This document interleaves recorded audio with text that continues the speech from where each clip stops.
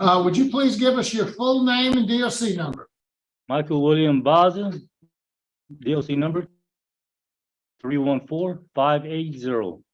Thank you. Mr. Baza, let me explain our procedure to you. I'm going to read some information into the record, and then we're going to conduct a pardon interview with you. At the appropriate time, those people who wish to have input will be allowed to speak.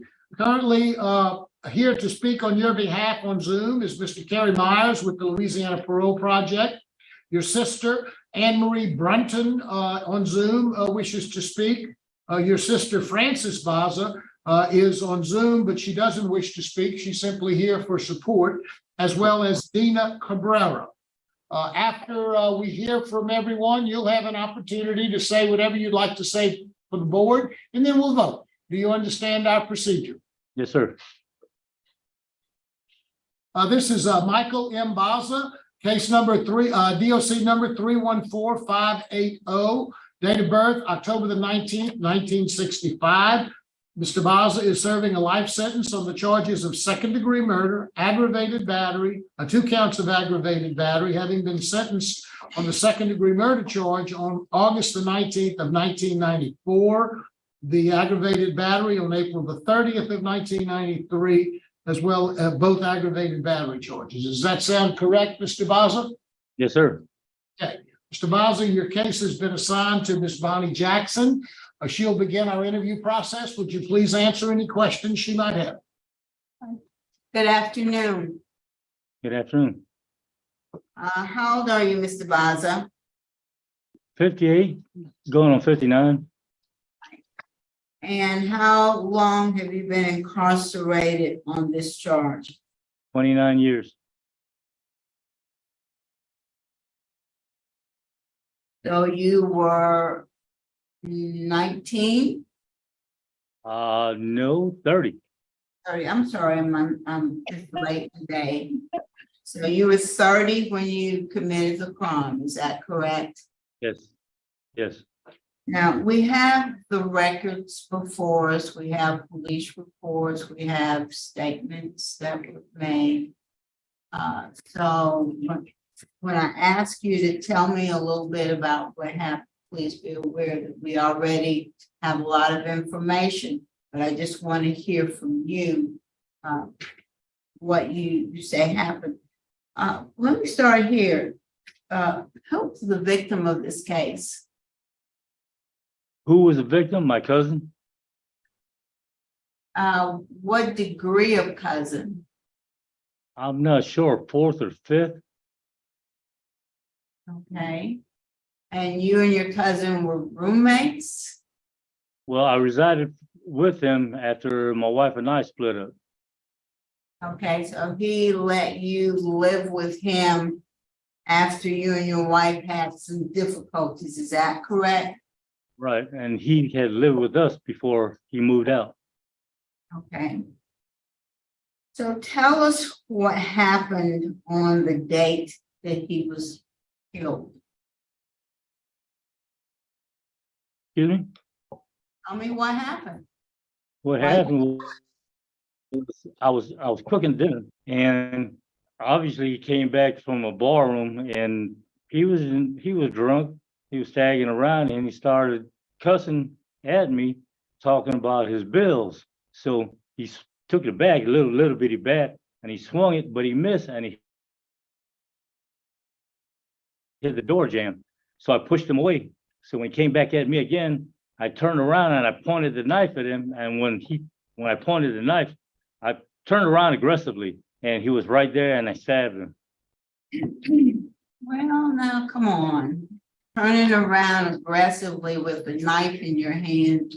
No, when I was turning around, pointing it, like I was going to point it at his face. Right. So what part? No, he was, excuse me? What I part? didn't know he was right there. What part of his body did you stab? He's short, so he's right on his chest. In the center of his chest. So you stabbed him on the side of the chest, the front of the chest.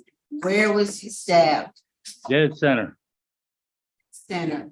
And the knife, the knife penetrated enough to cause death. And you're saying that all you did was turn around aggressively with the knife pointed at him.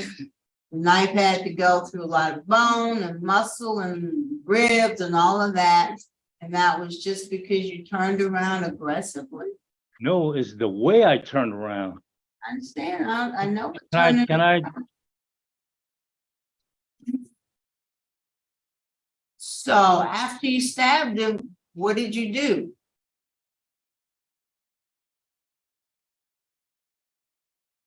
What'd you do?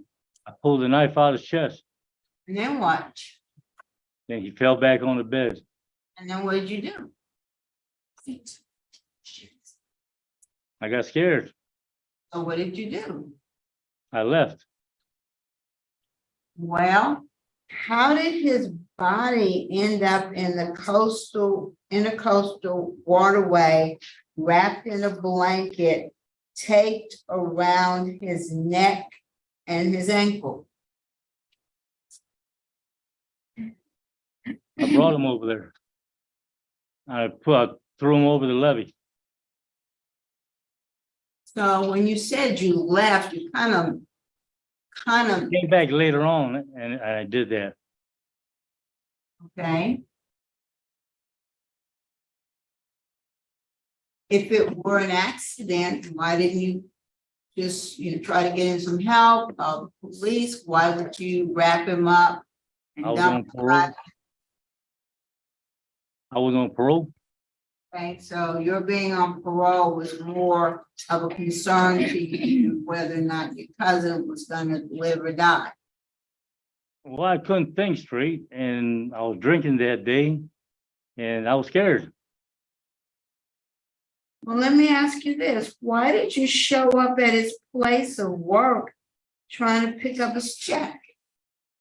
To pay his rent that he paid, that he missed. This is after you killed him, Mr. Baza. So you kill him, you wrap his body up, dump his body in the water. Then you go to his place of employment trying to get his check. And then wanting boxes to pack his stuff up because you say, I don't think he's coming back. Right? Yes,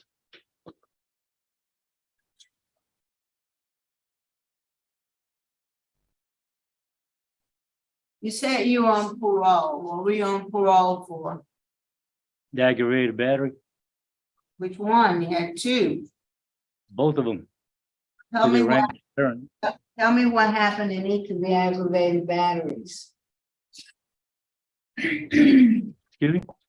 Tell me what happened in each of the aggravated batteries. There were two separate incidences involving two separate individuals. So could you please tell us what happened in each of the aggravated batteries? The first one was when one of my biker buddies, me and him got into a heated argument. And he came after me and then he tried to pull a gun on me while he was riding his bike. So I swerved over and made him wreck. The second one was his former girlfriend that jumped on my back and I took her and I threw her on the wall and she hit a stud on the wall. Okay.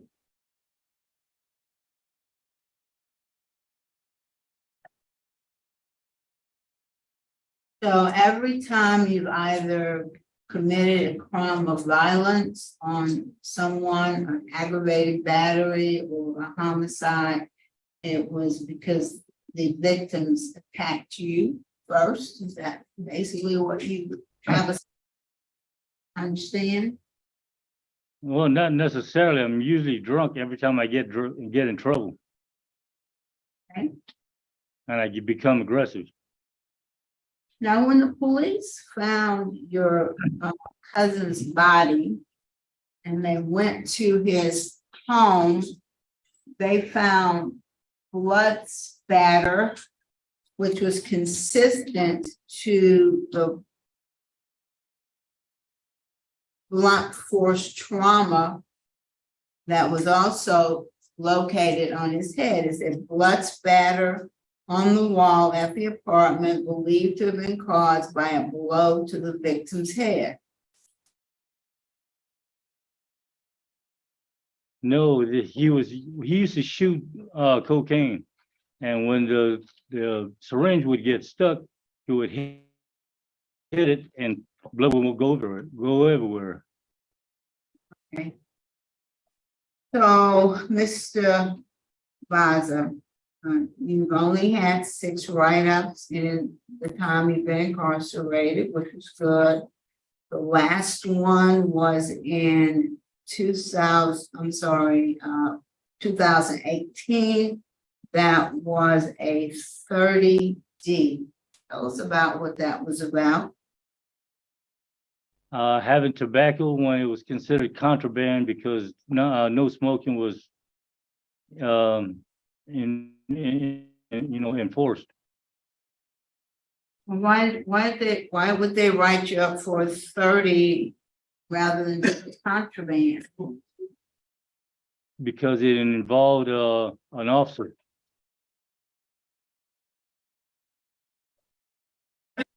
I see you've done victim awareness, thinking for a change. You've done the SOPA group 12-step program, Page Array, and Living in Balance 1 and 2.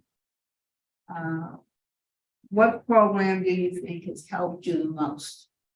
Alcohol Anonymous. And tell us about that and tell us why. Alcohol Anonymous is not just a program. It's a program of sobriety. It teaches you how to think, and basically it's a lifelong commitment. So staying sober, I believe, to me, it has helped me because it makes me realize the things that I've done in the past and the things that I can change about myself. What's your job at the prison? Since I've been here, automotive. Do you see that you have certifications in automotive technology? Yes, You've taken CPR yes, ma'am. on the 100 hours pre-release. Are you in any clubs or organizations? Just AA. Okay.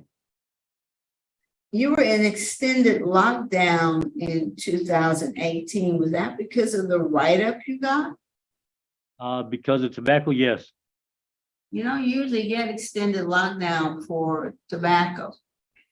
But tell us why. The warden's right there. I'm gonna ask him, but you may as well tell me. Now, why were you in extended lockdown in 2018? And how long were you in extended lockdown? Well, I was in lockdown because of tobacco, and it involved an officer, and I was there from February till September. Okay. So when you say it involved an officer, what does that mean? He was the one that gave me the tobacco Okay. for automotive work. And you got extended lockdown because he gave you tobacco? Because I had that many. How many? 6 what? 1 pound bags. 6 1-pound bags of tobacco? Yes, ma'am. Why would you have 6 pounds of tobacco?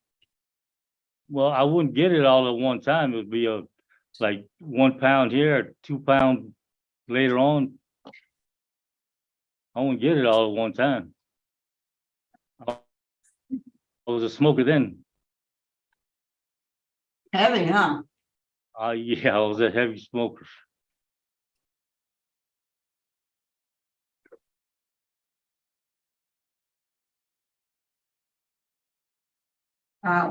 Tell me again what your job is at the prison In automotive, and how long have you been in automotive?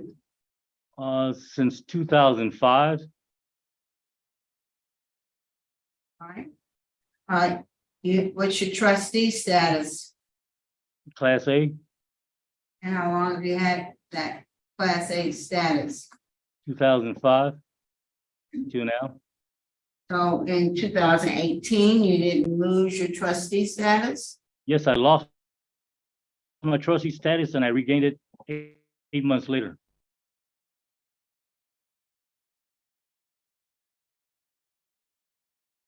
What kind of community service work do you do in the institution? The only community service work that I do is that I help out inside the camp whenever they need help unloading the trucks or cutting the grass, or if somebody needs help in anywhere, like in the hobby shop. If they don't know how to do something, they can't figure it out, they come ask me. Well, what about this little country band? That was, well, I guess that would be considered community service. I did the sound, I was a sound technician there for a while. And we went outside the gates to St. Francisville for Christmas in the country. And we also went all the way up to Bastrop with the Guts and Glory band. So those are the only two bands that I've ever been in doing the sound for them. Okay. Warren, what can you tell us about Mr. Baza? Just to clarify, on that write-up in 18, it was the reason it was a 30D is because it was under investigation, because on two separate occasions, they found tobacco in two different areas when they started looking into this, and then investigative services took over. And they did discover that there was an officer, he was in fact helping an officer fix a vehicle, and he asked the officer to bring it in, and unfortunately the officer complied. Other than that, write-up, like you see, his last write-ups prior to that were in 99. On a simple fight, he has been a Class A trustee. He worked tractor repair for us, taking care of our tractors and stuff, diesel mechanic up until the write-up. Then he was out for 6 to 8 months. I'm looking at it right now. Went back to medium, from max to medium, and then back in August of 18, got his Class A trustee status back. Went back out to tractor repair, and then in 18, for institutional need, moved him from tractor repair to AS&R. That's our automotive service and repair shop for our fleet, and he's been working there ever since. Thank you. Mr. Baza, Yes, ma'am. if and when you're ever released, what would be your plan? Where would you live? How would you take care of yourself? What kind of support system do you have besides the parole project?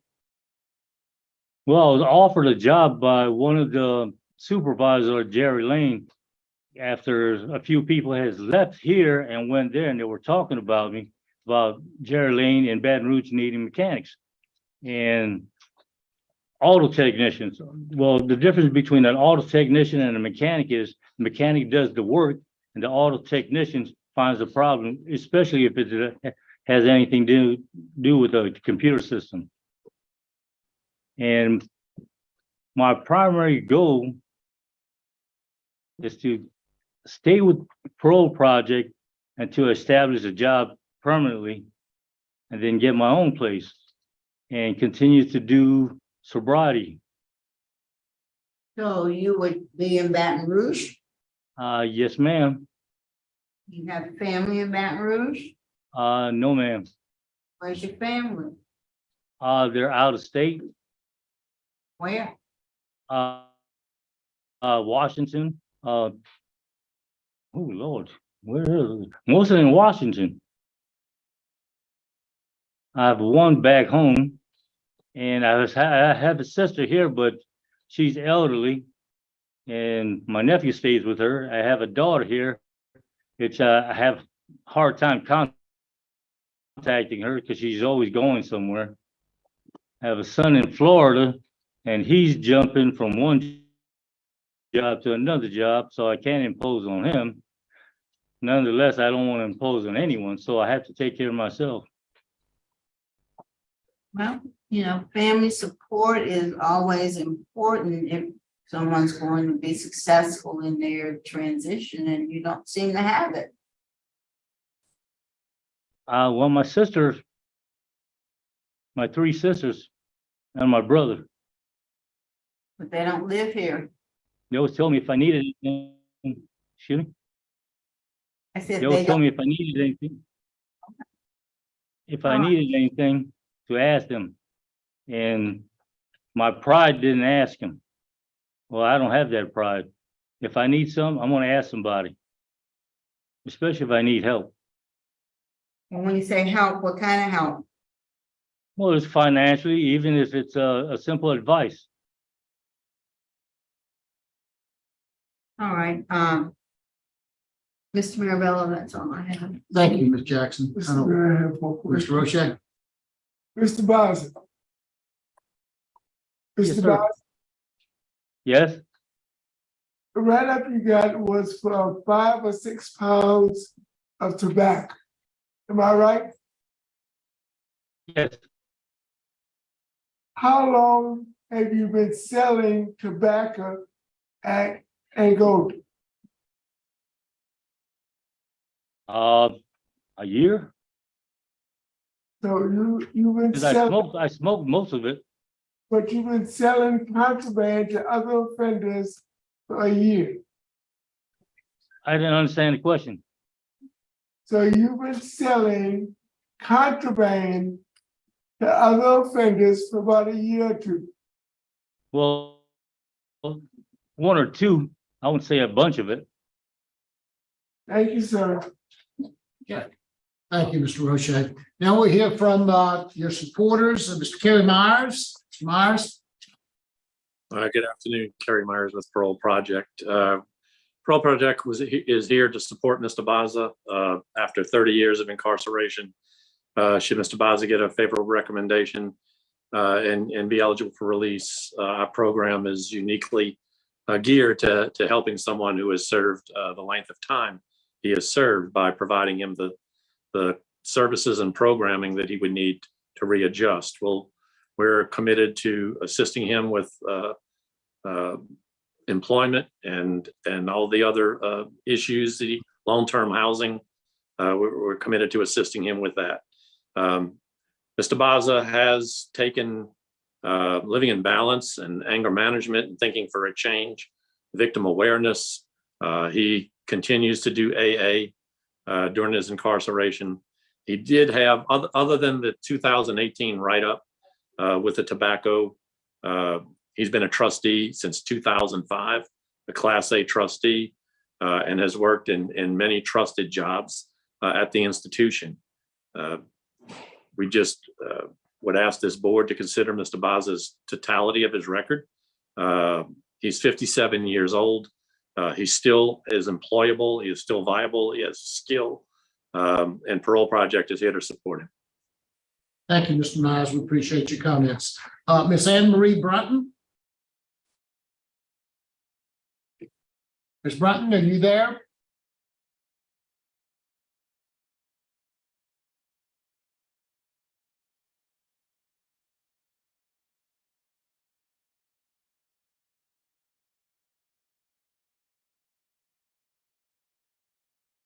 Can you hear us, Ms. Brunton?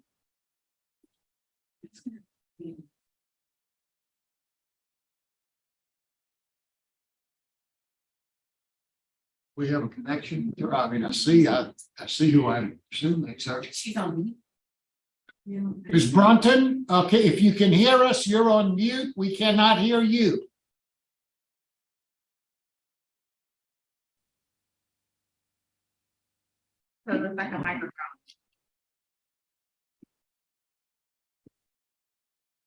Miss Ms. Brunton, we can't hear you. It's the button, it looks like a microphone. It's a button that looks like a microphone. Oh, okay. Do you see a little microphone on your computer or whatever you're working on? Little button that looks like a microphone?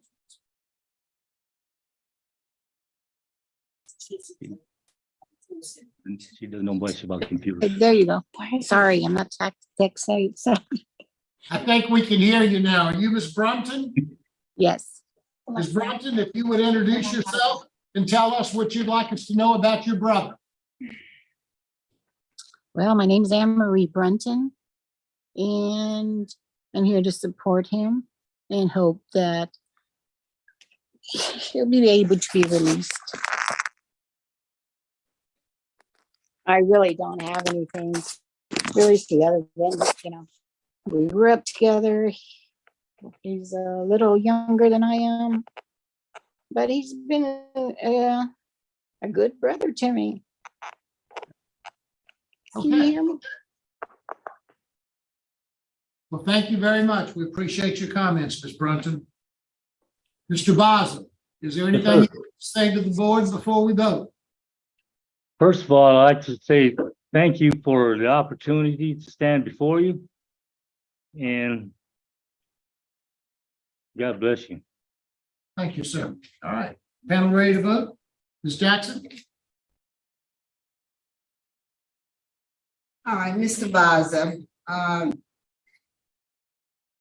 generally speaking, you've had a good disciplinary record. You've taken some good programs. But I still have some concerns about you. I don't think you really told us what happened with your cousin. There's no way that you accidentally cut your cousin even by turning aggressively. He was stabbed in the chest. Then you wrapped his body up in a blanket and plastic and taped it around his ankles and his neck, and you tossed him in the water. And then you went to try to collect his check. I mean, it just seems so cold and callous, and I just don't get a sense that you truly understand what you did. You've tried to minimize it, and I just don't think you're ready. You've done some good things on the outside, but I don't think you've done enough work on the inside of who you are as a person. So I don't think you're ready. You have a history of violence. You have two separate convictions for aggravated battery. And then you get this murder where you kill your own cousin. I'm not comfortable. I'm just not comfortable with you. Don't think you're ready. I think you need some more work. And so my vote today would be to deny your request. Thank you, Ms. Jackson. Mr. Roche? Thank you, Mr. Chairman. My vote is to deny, and I have to, my vote is to deny. My reasons are the same as Mrs. Jackson. I think you gave us a bunch of half-truths. You skirted the issues, and I don't think you're ready. Thank you, Mr. Roche. Mr. Freeman? I concur with my colleagues. I vote to deny.